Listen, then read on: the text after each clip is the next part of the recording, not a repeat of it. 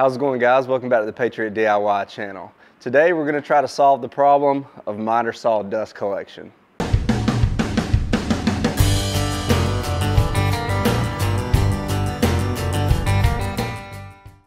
Now, I don't think there's any doubt that the miter saw is probably one of the toughest tools in your shop to collect dust from. And part of the reason is very often the stock dust collection on these miter saws just doesn't cut it. First, most are going to come with some type of dust collection bag, and that is almost always junk.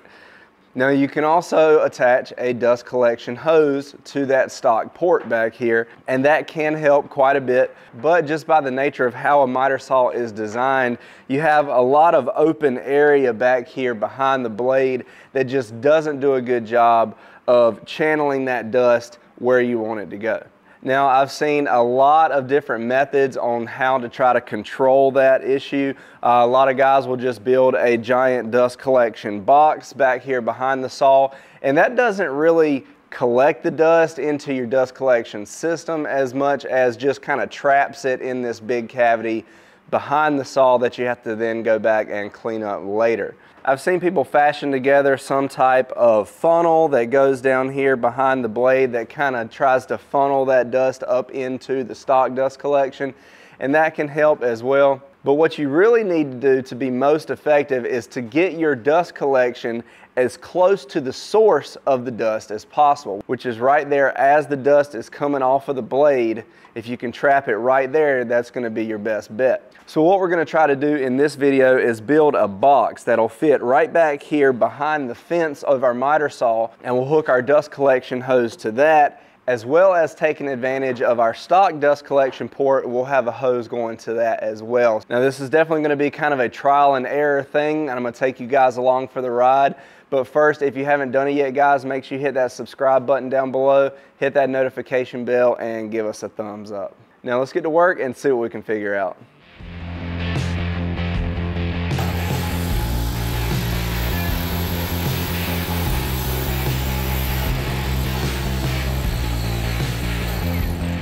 Now, you guys can probably already see this huge mess that we have back here behind the saw. So we're going to go ahead and get all this cleaned up. And then once we have a nice clean surface, we're going to make a few cuts, and then we'll compare for you guys the before and after.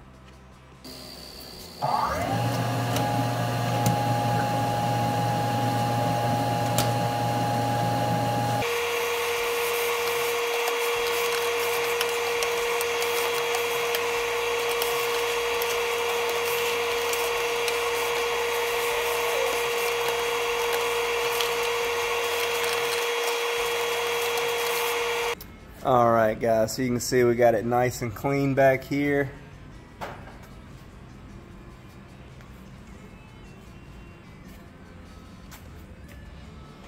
So first I'll show you guys how it does with the stock dust collection bag.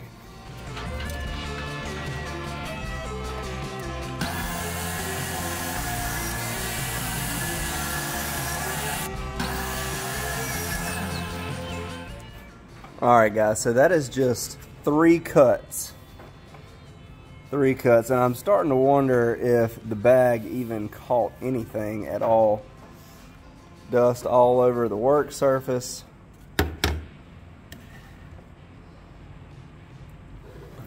All over both sides of the workbench.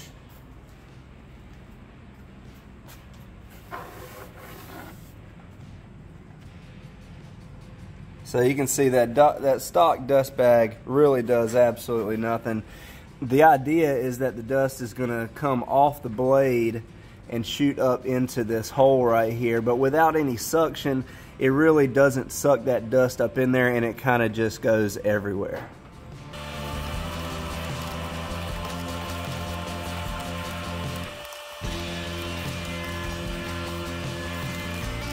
Now let's give it a try with just the vacuum hose attached.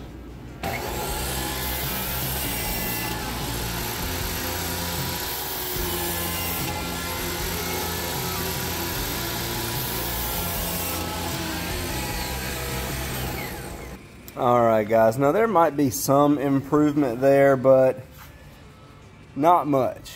And the problem is not that we're not getting enough suction here, because our dust collection system is very good, so it's getting a lot of suction to right here. The problem is that the saw doesn't do a good job of channeling that dust up to this port right here, because no matter how good your suction is, if you're allowing dust to just go out here and here and you're not channeling it to your suction, it's not going to work very well. So with our box installed right here, it should contain all the dust right here where that dust collection port is, and anything that does make it up above our box should go right into this original port. Now with the blade down, I want to look at how much space we have to work with, and it's going to be about 4 inches there from this base to the factory dust collection port here, and I want my box to butt right up to this. I want the blade to be able to go all the way down, but I want the box to be pretty much right up against it. And the plan is to use the factory hold down clamp to hold this thing in place, so it doesn't have to be screwed in place or anything like that. That way it's easy to take out if I ever need to make some angled cuts, which I do occasionally, but most of the time just making straight cuts. So I think something like this is going to work out pretty good. So we're going to go ahead and cut out some 1/2-inch plywood with our table saw.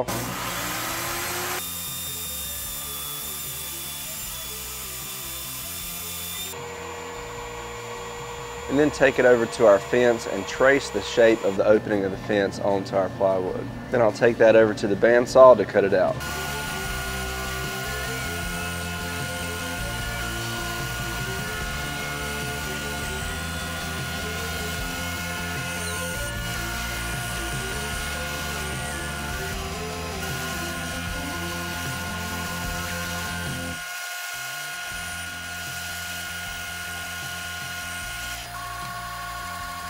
I'll clean it up over at the orbital sander.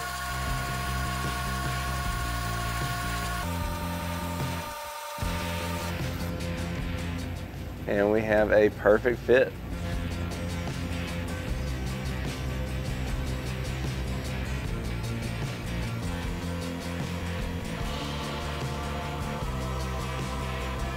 Once I've got my front, back, and top cut out, I'm going to go ahead and assemble that using a combination of wood glue and CA glue. Now I need to make some sides for my box, and because the back of my fence has some odd shapes, I'm going to use one of these anglizer tools and transfer it over to my wood.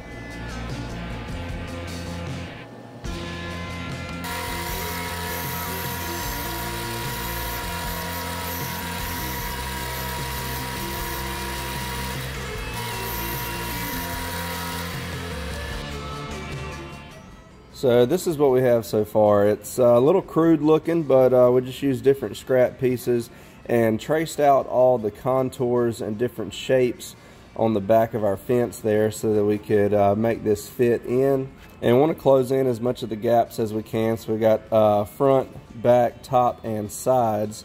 And you can see it does fit in there pretty nicely. Next thing we're going to do here is just cut off some of this excess to clean it up a little bit, and then we'll cut in a hole for our vacuum tube.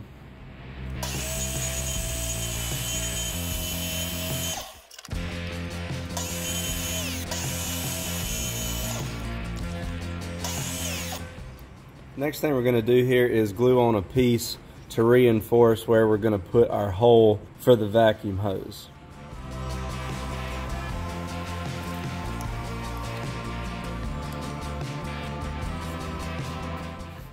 And while we're waiting for that wood glue to dry here, we're going to go around all these seams on the inside and just put a little silicone on there just to seal up any gaps.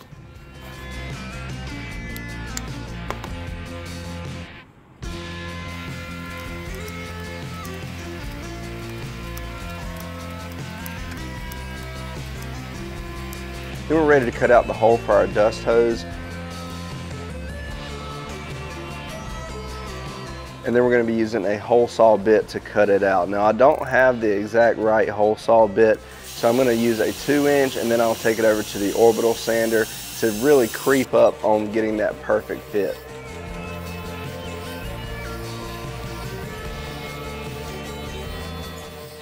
All right, now for the scary part. We need to drill some holes into the top of our workbench so our dust collection hoses can come through.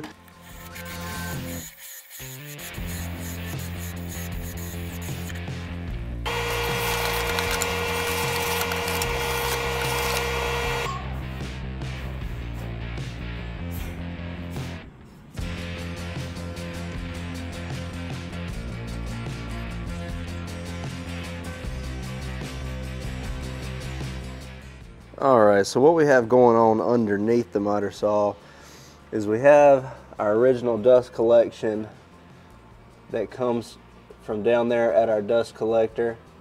It comes in through that 4-inch PVC pipe to here.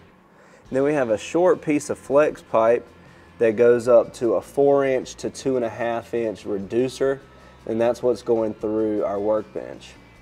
And that's going to run right here underneath our bench and back up to the rest of our dust collection system. If you haven't seen our previous video on how we set this up, I will put a link to it at the top of the screen.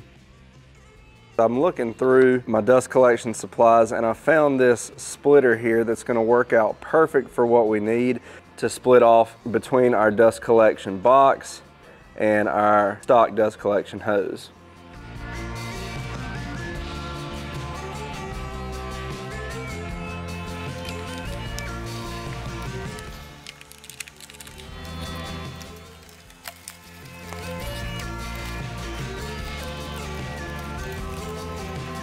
Now I just need to assemble everything and make the inaugural cut.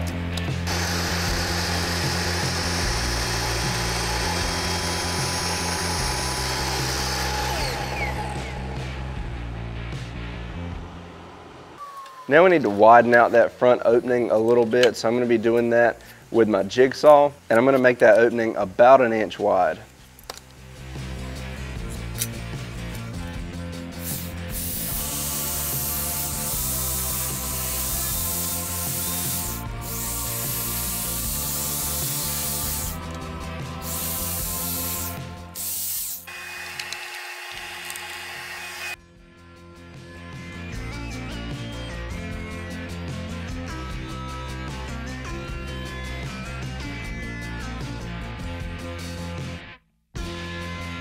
Now we are finished assembling our dust collection box. The only thing left to do is test it out.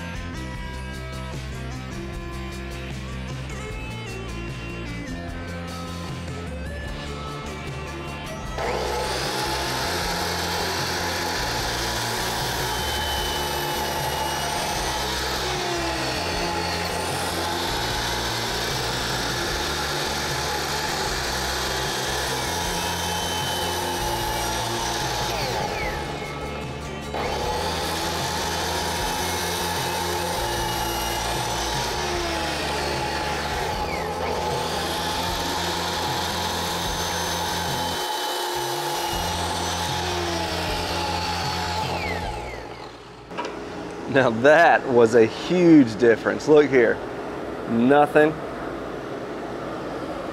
Very little back here. Just a couple little pieces. Nothing on the face of the saw at all. Nothing over here on this side. Man, that is a huge improvement. Now it's not getting 100%. I do have a couple pieces back there still, but man, that is a major improvement.